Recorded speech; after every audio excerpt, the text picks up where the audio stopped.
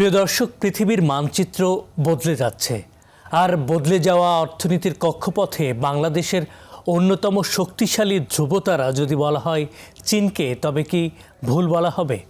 পদ্মা সেতু থেকে শুরু করে আমাদের পকেটের স্মার্টফোন, সবখানেই চীনের ছোঁয়া।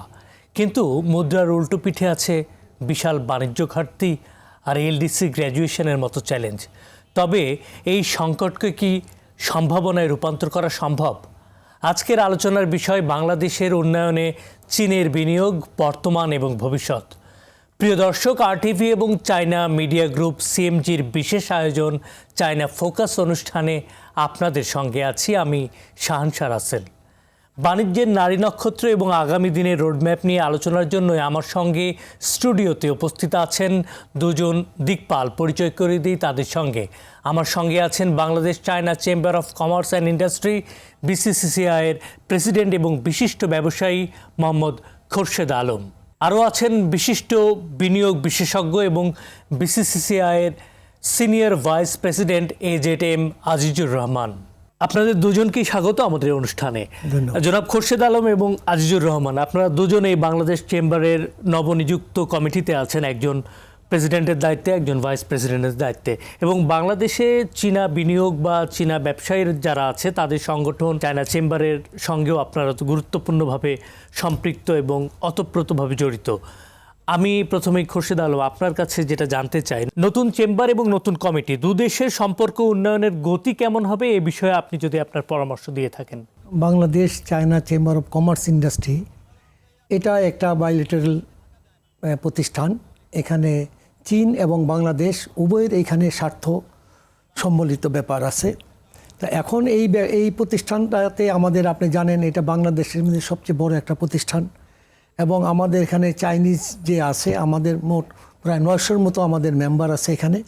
তার ভিতরে ম্যাক্সিমামই আমাদের প্রায় 700-র মতোই আছে যারা চীনের নাগরিক বা চীনের প্রতিষ্ঠান, যাদের ব্যবসায়ীদের। তো এখন আমাদের যে কাজগুলো হচ্ছে কি, এটা একটা মনিটরিং করা বা দুই দেশের ব্যবসায়ীদের মধ্যে সম্পর্ক গড়ে তোলা, আরও শক্তিশালী করা, আমাদের পরিকল্পনা করা দুই দেশের মধ্যে কিভাবে আমাদের ব্যবসার উন্নয়ন করা যায়। চাইনিজ যখন বিনিয়োগকারী আসেন, ওনাদের কি কি দরকার হয় বাংলাদেশে, তারা কি কি চাচ্ছেন, তাদের কি কি ডকুমেন্টস লাগবেন, সম্পূর্ণ জিনিসগুলো তৈরি করার জন্য কি কি পদক্ষেপ নেওয়া লাগবে, এইসব ব্যাপারে আমাদের প্রতিষ্ঠান থেকে সহযোগিতা করা হয়। দ্বিতীয়ত হলো তাদের অনেক প্ল্যানিং পরিকল্পনা থাকেন, তাদের ভিসা সংক্রান্ত ব্যাপার থাকেন, তাদের ধরেন যাওয়া আসা বা অন্যান্য যেসব সমস্যাগুলো আমাদের কাছে যখন আসে, তখন আমরা এগুলো আমাদের চেম্বার থেকে আমাদের লোকজন যারা আছেন, আর বিশেষ করে উনি তো বহু এলেন পুরানো বিনিয়োগের ব্যাপারে, উনি সব জানেন, ওনাদের কাছ থেকে পরামর্শ নিয়ে আমরা এগুলা প্রতিটা জায়গায় আমরা পাঠাই, তাদের এই জিনিসগুলো সংগ্রহ করে দিয়ে তাদের ব্যবসাকে সহযোগিতা করার জন্য। তবে এখন হলো যে আমাদের দেশে বিনিয়োগ করার জন্য যেই ধরনের চীনের যে আগ্রহ, সেই আগ্রহ কিন্তু তাদের বিরাট আকারের। তাদের কিন্তু ইমিডিয়েট তাদের টেক্সটাইলে $7 বিলিয়ন ইনভেস্ট করার একটা পরিকল্পনা ছিল। আচ্ছা। এবং এখনও আছে, কিন্তু এগুলা আমাদের কিছু কিছু জিনিস হয়তো চীনের যারা বিনিয়োগকারী তারা হয়তো জানেন না, বা আমরা সঠিকভাবে তথ্য আমাদের কাছে অনেক সময় থাকে না। যখনই কি আমরা জিনিসগুলোকে একটু ভিতরে দেখতে চাই যে এই জিনিসটা যে উনি করতে চাচ্ছে, এটা আমরা কতদিনে তাদেরকে এই জিনিসটা করে দিতে পারবো বা সহযোগিতা করব। এই ওনার যে পরিকল্পনা যে এখানে একটা ফ্যাক্টরি করবে, এই ফ্যাক্টরিটা করতে আসলে কতদিন সময় নেওয়া দরকার। তখন যখন আমরা দেখি যে ওনাদের বিনিয়োগের ভিতরে যখন দেখি ওনারা কিছু কিছু বিনিয়োগ করতে চাচ্ছেন, যেগুলা ধরেন মনে করেন টেক্সটাইল ইন্ডাস্ট্রিজ, কিছু কিছু আছেন তারা রোড হাইওয়ে বা ডেভেলপমেন্ট, এই কনস্ট্রাকশন, আইটি সেক্টর, বিভিন্ন সেক্টরে, তখন আমরা যখন দেখি যে টেক্সটাইলে আসে, তখন আমাদের একটা চিন্তা করি, আমরা ভিতরে সংবাদ নিই যে এই মুহূর্তে ধরেন টেক্সটাইলের জন্য আমাদের এখানে গ্যাস এবং জ্বালানির সংকট, একটা বিরাট সংকট আছে। যেই সংকটটার জন্য ধরেন এখন চাইনিজ বিনিয়োগটাও আমাদের এখানে ঠিক সেইভাবে তাদের পরিকল্পনা অনুসারে আমরা আনতে পারতেছি না। কারণ হচ্ছে আমাদের আগেরই একটা বিরাট ঘাটতি রয়ে গেছে। দ্বিতীয়ত হলো আইটি বলেন বা অন্যান্য যেসব সেক্টরে আমাদের বিদ্যুৎ বা জ্বালানির দরকার হয় না, ধরেন আপনার কনস্ট্রাকশনের কাজ বলেন, ব্রিজ, ওভার ব্রিজ বা আপনার সমুদ্র ইয়ের জন্য যেসব জিনিসগুলো আছে, এগুলোর জন্য কিন্তু যথেষ্টভাবে তাদের কাজ পাওয়া উচিত এবং করা উচিত, করার সুযোগ আছে এবং করার বেশ বড় সুযোগ আছে। জি, যে খোরশেদ আলম, আমি আসবো আপনার কাছে। এই মুহূর্তে আমি জনাব আজিজুর রহমান আপনার কাছে আসতে চাই যে বাংলাদেশ উন্নয়নশীল দেশ বা এলডিসি অর্জনের একটা দ্বার প্রান্তে আছে। এটা একটা সুযোগ আবার একটা চ্যালেঞ্জও। তো যদি এলডিসি স্বীকৃতি বাংলাদেশ পায় সেই ক্ষেত্রে আমদানি রপ্তানি বা বাণিজ্যের ক্ষেত্রে কি ধরনের প্রভাব পড়বে? উন্নয়নশীল দেশ হিসাবে স্বীকৃতির যে একটা প্রোগ্রাম ছিল 2026-এ, যতটুকু আমরা জানতে পেরেছি যে সরকার বর্তমানে চাচ্ছে যে এটাকে 3 বছর পিছিয়ে দেওয়ার জন্য। তো আসলেই শুধু সার্টিফিকেট পেলে তো হবে না, সেই সার্টিফিকেটে বাংলাদেশের জনগণের, বাংলাদেশের বাণিজ্যে, বাংলাদেশের অর্থনীতিতে বিরূপ প্রতিক্রিয়া পড়বে কিনা, নেতিবাচক প্রতিক্রিয়া পড়বে কিনা, সেটা আমাদেরকে চিন্তা করতে হবে। বিকজ সার্টিফিকেট পেলাম, তারপরে আমাদের জিএসপি ফ্যাসিলিটি ওয়ার্ল্ড ওয়াইড আমরা 40টা কান্ট্রিতে পাই। এই জিএসপি ফ্যাসিলিটি তখন বন্ধ হয়ে যাবে অ্যাজ পার WTO রুল, এবং অন্যান্য ইনসেন্টিভ বন্ধ হয়ে যাবে, ক্যাশ ইনসেন্টিভ বন্ধ করে দিতে হবে। তখন আমাদের শিল্পে কিন্তু এটা বিশাল একটা প্রভাব পড়বে। তখন আমাদের বেকারত্ব সৃষ্টি হবে বেশি, আমাদের এক্সপোর্ট কম হবে, আমাদের ফরেন এক্সচেঞ্জ আর্নিং কম হবে, প্রযুক্তিগত যেটা উৎকর্ষ সাধন বা ট্রান্সফার অফ টেকনোলজি বা বিদেশ থেকে যে সমস্ত ইন্ডাস্ট্রি স্থানান্তর করবে তারাও কিন্তু আগ্রহ হবে না আর। কারণ বাংলাদেশ থেকে তখন যখন এক্সপোর্ট করবে বিদেশিরা এসে, তখন কিন্তু আর এক্সপোর্ট করতে পারবে না। সুতরাং আমার মতে গ্র্যাজুয়েশন ইয়েটা সার্টিফিকেট নেওয়ার, এই কৃতিত্ব নেওয়ার চেয়ে আমাদের দেশের জন্য আগে কাজ করা ভালো। আমরা 3 বছর পরেই করি না কেন, 4 বছর পরেই করি না কেন, তো এটাতে আমাদের সমস্যা হবে। তবে যদি হয়েই যায় 26-এ বা 27-এ যদি হয়েই যায়, বা সেটা যদি থামানো না যায়, তার আগে আমাদেরকে FTA, ফ্রি ট্রেড এগ্রিমেন্ট, অথবা EPA, ইকোনমিক পার্টনারশিপ এগ্রিমেন্ট করতে হবে, যেটা জাপান অলরেডি সাইন করে ফেলছে। হ্যাঁ, তো এই ধরনের প্রোগ্রামগুলা এইসব দেশগুলোর সাথে আমরা যদি এই বাইলেটারাল এগ্রিমেন্ট করি, তখন সেখানে যেসব সুযোগ সুবিধাগুলো পাওয়া যাবে তখন সেটাকে সদ্ব্যবহার করতে হবে। বাট এত স্বল্প সময়ে এতগুলা দেশ, 40টা 50টা ডেভেলপ কান্ট্রির সাথে করা, it is very difficult job. কিন্তু এটাতে আমাদের খুব বেশি সুফল এখন আসার কোনো সম্ভাবনা নাই, জি, বরং এটা হিতে বিপরীত হবে বলে আমি মনে করি। দর্শক, আপনারা দেখছেন RTV এবং চায়না মিডিয়া গ্রুপের সহযোগিতায় আলোচনা অনুষ্ঠান চায়না ফোকাস। এই পর্যায়ে নিচ্ছি ছোট্ট একটি বিরতি, সঙ্গেই থাকুন।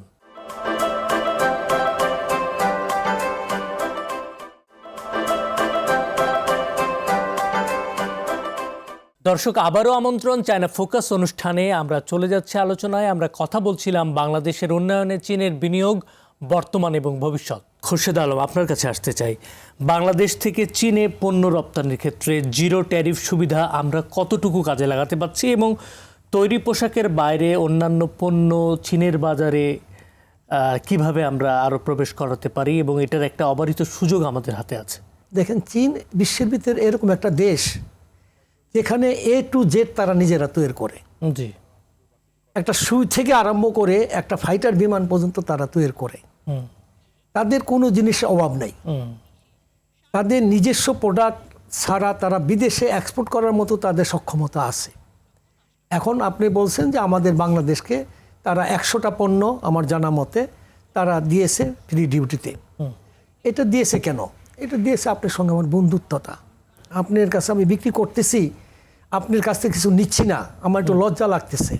সেই লজ্জাটা ভাঙার জন্য আমি আগায় গেছি আমার বন্ধুত্বতা দেখাইতে, সত্যিকার অর্থে যে আমি তোমার বন্ধু, তুমি কিছু করো। এখন আপনি কি করবেন সেটা তো বলবে না, কারণ হচ্ছে উনার কোথায় কি লাগবে সেটা বের করতে হবে আপনাকে। যেই সুযোগটা আমাদের দেওয়া হয়েছে সেই সুযোগটা আমরা এখনও কাজে লাগাইতে পারি নাই, যে সত্যিকার অর্থে যে আমাকে 100টা প্রোডাক্ট দিছে, সেই প্রোডাক্টটা আমি কিভাবে ওখানে এক্সপোর্ট করতে পারি, সেটা করতে আমার কি কি লাগবে। গত বছরে বাংলাদেশের প্রথম আম রপ্তানি হয়েছে। বাংলাদেশের কিছু রসালো ফলের চাহিদা রয়েছে চীনে, আম, পেয়ারা, আমড়া বা কাঁঠাল, জ্যাকফ্রুটের মতো, যেটা প্রচুর পরিমাণে বাংলাদেশে উৎপাদন হয়।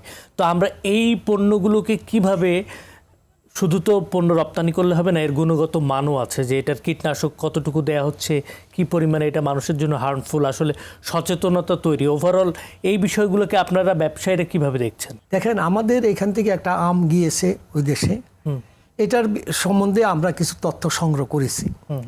আসলে আমটা গিয়েছে ঠিকই, আমটা ভালো, কিন্তু আমটাকে কিভাবে মার্কেটিং করতে হয় একটা জিনিসকে ডিসপ্লে করতে হয়। দেখেন আপনি খাবার দেওয়ার সময় প্লেটটা সাজাই দেন এবং কিভাবে দিলেন, সুন্দর করে বিস্কিটটা মধ্যে দিয়েছেন কিনা, সুন্দর দেখা যায় কিনা। কিন্তু আমাদের এটা কোনো মনিটরিং করা হয় নাই। আচ্ছা, প্রথম ধাক্কা যেটা গেছে আমাদের, এটা খুবই, আমি যদি বলি আমি বলবো আমার বাংলাদেশের জন্য লজ্জাজনক। যেমন আমাদের কাছে কিছু কমপ্লেন আসছে, আম নিয়েছিল কিন্তু আমটা নেওয়ার পরে তাদের মনোমতো হয় নাই, কারণ আমের ভিতরে গাছের কষ রয়ে গেছে। ওখানে যে জিনিসগুলো বলা হয়েছে যে আমটা যখন তারা কিনতে গেছে হাতে ধরে দেখে হাতে আঠা লাগছে। আচ্ছা, কেন? ওই যে গাছের থেকে যখন আমটা পাড়া হয়েছে, তাজা আমটা তারা প্যাকেট করেছে, কিন্তু সেটাকে প্রসেস করার জন্য যে পদ্ধতিগত দরকার ছিল সেটা তারা ফেল করেছে। যে আমাদের এখানে যে পরিমাণ আম বা আপনি বলেন কাঁঠাল, অন্য অন্য যে জিনিসগুলো আছে, এগুলাতে এখন আপনাকে ফিরে আসতে হইলে সেই যে পুরানো যে জিনিসটা, এটাকে রিপ্যাকিং করে সুন্দরভাবে করে একটা কনসাইনমেন্ট দিয়ে আপনাকে আবার সেই গুডউইল ক্রিয়েট করতে হবে যে আমার পণ্য এখন যেটা হয়েছে আমরা মনিটরিং করতে এভাবে যাবে। এটা ছাড়া যে জিনিসগুলো আছে, ফিশারিজ বলেন, অ্যাগ্রো প্রোডাক্ট বলেন, বিভিন্ন ধরনের সিডস বলেন, এগুলো কিন্তু মার্কেটিং করার মতো সুযোগ আছে। কিন্তু আমাদের এখানকার লোকের ভিতরে কেন জানি আগ্রহটা কম দেখা যাচ্ছে। আমার এখান থেকে যদি আমি একটা পণ্য চীন দেশে এক্সপোর্ট করতে চাই, তাইলে আমাকে একটা ইনসেন্টিভ দিতে হবে। তুমি এটা করতে পারলে তুমি এই পরিমাণ টাকা তোমাকে ইনসেন্টিভ দেওয়া হবে, 10%, 5%, 7%, 10%। এখন চীনের বাজার কিন্তু একটা বিরাট বড় বাজার, আপনার এখানে বিরাট মার্কেট। এইখানে যদি আপনি একটা সুযোগ দেন 15% বা 12% একটা দিয়ে, আপনি যদি শুধু ঢুকার ব্যবস্থা করেন, পরবর্তীতে আপনি কমাই দেন, জিরো করেন। আমি দেখেছি যে আমাদের কিছু আমলাতান্ত্রিক সমস্যা আছে, জটিলতা, ওনারা কেন জানি আমাদেরকে কথা আমরা বলতে পারলেও তারা আপনার এটা শুনতে চায় না। আদমজি জুট মিল ছিল, যেটাকে একটা ওইখানে একটা করা হয়েছে, আপনার ইপিজেড করা হয়েছে, সেটার কিন্তু প্রস্তাব আমি করি সর্বপ্রথম বাংলাদেশে। আচ্ছা, আমি নিউজ পেপারে লিখি, সব জায়গায় লেখার পরে আমাকে মন্ত্রণালয় থেকে বলা হইলো যে আপনি বুদ্ধি পাইছেন কোথায়, এরকম একটা পরিকল্পনা দিচ্ছেন ওইখানে, বললো যে আমার মন্ত্রী মহোদয় আপনাকে ডাকবে। আর জীবনও ডাকে নাই। করার পরে দেখি সেখানে করছে, আসল জিনিসগুলি করে নাই। আমি বলছিলাম একটা ইটিপি প্ল্যান করতে, দেখেন ইটিপি প্ল্যান করে নাই। আজকে ইটিপি প্ল্যান করতো, সেন্ট্রাল ইটিপি প্ল্যান্ট, সেই সময় বলছি আমি এটা নেদারল্যান্ডে দেখে এসে এই পরিকল্পনা দিয়েছিলাম। তারপরে বলেছিলাম যে নিজস্ব পাওয়ার প্ল্যান্ট ওইটার ভিতরে। তো যাই হোক, এগুলা কিছু করছে যার জন্য এই মিলগুলো আজকে দাঁড়াইতে পারতেছে না। তবে আমি বলবো যারা সচিব মহোদয়রা আছেন বা যারা আছেন, তা যদি আপনার দেশের উন্নয়ন চান, দেশের জন্য উন্নয়ন করলে যদি আমি একটা রাস্তার লোকের কাছ থেকে যদি শিক্ষা নিতে পারি, আমার তো কষ্ট হওয়ার কথা না আমার দেশের জন্য। সবচেয়ে বড় বাণিজ্য অংশীদার চীন, চীনের সঙ্গে এত বিলিয়ন বিলিয়ন ডলারের আমরা বিজনেস করি, অথচ একটা ব্যাংক যদি চীনের থাকতো তাহলে এই যে ল্যাকিংসগুলো, এতগুলো ঘাটতি, এই জায়গাগুলো থেকে তো অবশ্যই আমরা রেহাই পেতাম। আমাদের কস্টিং কত জানেন? আমরা যখন নাকি ইউএস ডলারে করি, সেটা আমেরিকাতে, যে আপনি জানেন যে দেশের ফান্ড ওই দেশে যাবে এলসিটা, ওইখান থেকে থার্ড কান্ট্রি ব্যাংক হয়ে তারপরে ওইখানে যাবে, ওইখানে ব্যাংক একটা কমিশন কাটে। এইভাবে আমাদের একটা ব্যবসায়ীদের কি পরিমাণ টাকা বছরে যাচ্ছে, এটার কি কেউ হিসাব করেন না। জি, তো এই টাকাটা আমরা সেভ করতে পারি, এই টাকাটা সেভ করতে পারলে আমার কষ্ট কমবে, আমার দেশের অর্থনীতির উন্নতি হবে, কিন্তু আমরা এইসব দিকে তাকাই না। জি, আপনাকে ধন্যবাদ। জনাব আজিজুর রহমান, এই প্রসঙ্গে আপনি কিছু যোগ করতে চান কিনা? হ্যাঁ, এই বিষয়ে দুইটা বিষয়ে আমি কথা বলবো আমাদের প্রেসিডেন্ট মহোদয়ের সাথে। যে উনি যে বলছে যে কোঅর্ডিনেশন বা এদেশে প্রফেশনালিজমের কোনো যারা প্রফেশনাল বা যারা এক্সপেরিয়েন্স, তাদের কোনো মতামত গ্রহণ করা হয় না।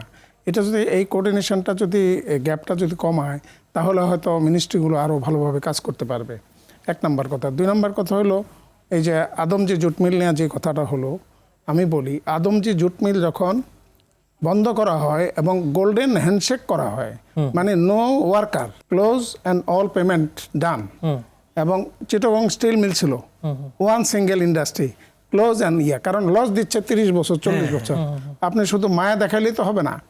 এরপরে যখন ওই ক্যাবিনেট যখন শিল্প মন্ত্রণালয়কে দায়িত্ব দিল যে তোমরা এখানে ইন্ডাস্ট্রিয়াল পার্ক করো, আরেকটা অর্গানাইজেশনও ছিল বিনিয়োগ বোর্ড তখন, বাট তারা কিন্তু 2 বছরে কিছুই করতে পারে নাই। তখন কিন্তু world bank and others and cabinet division এবং মাননীয় প্রধানমন্ত্রী তখনকার বললো যে এটা ইপিজেডকে দিয়ে দাও। তো ইপিজেড, হ্যাঁ হয়তো ইটিপি আদমজিতে হয়নি, ইটিপি কিন্তু কর্ণফুলী ইপিজেডে হয়েছে। এখন সেখানে 70,000 লোক এখন কাজ করে। আদমজি ইপিজেড এখন 60,000 পিপল কাজ করে। নীল থেকে 60 এবং 70, এই যে আর manpower। Export and earning and others আপনি চিন্তা করতে পারেন।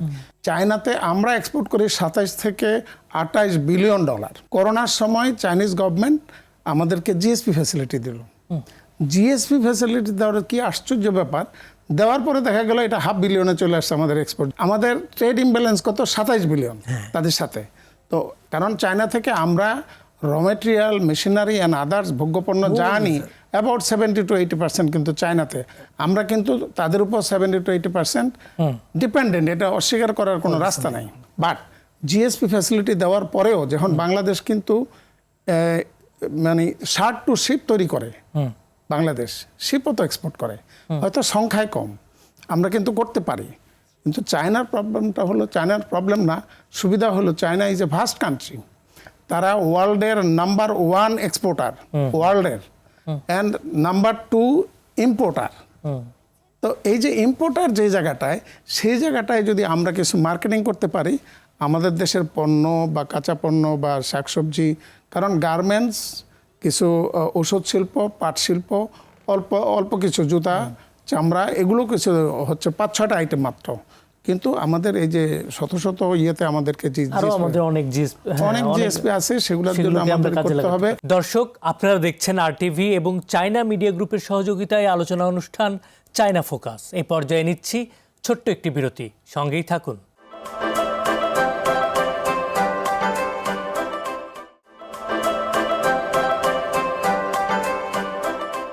দর্শক, আবারও আমন্ত্রণ চায়না ফোকাস অনুষ্ঠানে। আমরা চলে যাচ্ছি আলোচনায়। আমরা কথা বলছিলাম বাংলাদেশের উন্নয়নে চীনের বিনিয়োগ, বর্তমান এবং ভবিষ্যৎ। আমি আপনার কাছে আসতে চাই, চায়না এখন প্রযুক্তিতে বিশ্বসেরা। বাংলাদেশের তরুণ সমাজ বা শিক্ষিত সমাজকে এই কারিগরি বা দক্ষতা বাড়াতে, বাট আইটি সেক্টরে দক্ষ করে তুলতে আপনাদের কোনো পরিকল্পনা আছে কিনা? চাইনিজ সরকার চাচ্ছে বাংলাদেশে কিছু পলিটেকনিক্যাল স্কুল বা কলেজ করার জন্য।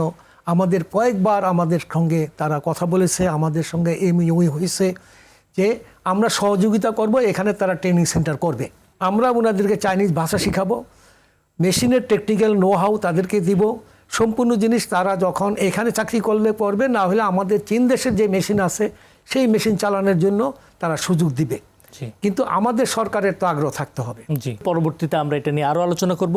যে আমি জনাব আজিজুর রহমান আপনার কাছে আসতে চাই, চীনের সঙ্গে বাংলাদেশের বাণিজ্য এবং বিনিয়োগের ক্ষেত্রে সরকারের কাছে আপনাদের পরামর্শ কি? বাংলাদেশে বিদেশি বিনিয়োগের দ্বার কিন্তু খুলেছে শহীদ প্রেসিডেন্ট জিয়াউর রহমান। এগুলো কিন্তু লিখিত, 1980 সালেই কিন্তু এই আইনটা হয়েছে, ব্যবসা আইন, ইপিজেড অ্যাক্ট। এবং 1980 সালেই কিন্তু the foreign private promotion and protection act 1980 হয়েছে, 1980। তো সুতরাং উনি কিন্তু করেছিলেন। সেই হিসাবে আমি এখন বলতে চাই যে যেহেতু শহীদ প্রেসিডেন্ট জিয়াউর রহমান এইভাবে আমাদেরকে এগিয়ে দিয়েছে, তো এখনকার সরকার সেটাকে যেন আরও আধুনিক গতিতে এবং স্পিডি ওয়েতে করে। আর আরেকটা ব্যাপার হলো, আমাদের দেশে দেখা যায় যে অন্যান্য সরকার এসে এমন প্রত্যন্ত অঞ্চলে ইপিজেড অ্যান্ড ইকোনমিক জোন করেছে, সেখানে কেউ যায় নাই, কারণ ওখানে সব ফ্যাসিলিটি নাই। আমার ব্যক্তিগত একটা প্রশ্ন আপনার কাছে, যেহেতু আপনি 100টা আপনি ইকোনমিক জোন করবেন, এটা কি আমরা বলেছিলাম একবার যে আপনি 25টা করে দেখান আগে, 5টা করে দেখা? হ্যাঁ, আপনি বলছেন 5টা, আমি বলেছিলাম, আমার সঙ্গে একটা মিটিং হয়েছিল, আমি বলেছিলাম যে আমরা কেন 100টার দিকে মাথা নষ্ট করতেছি।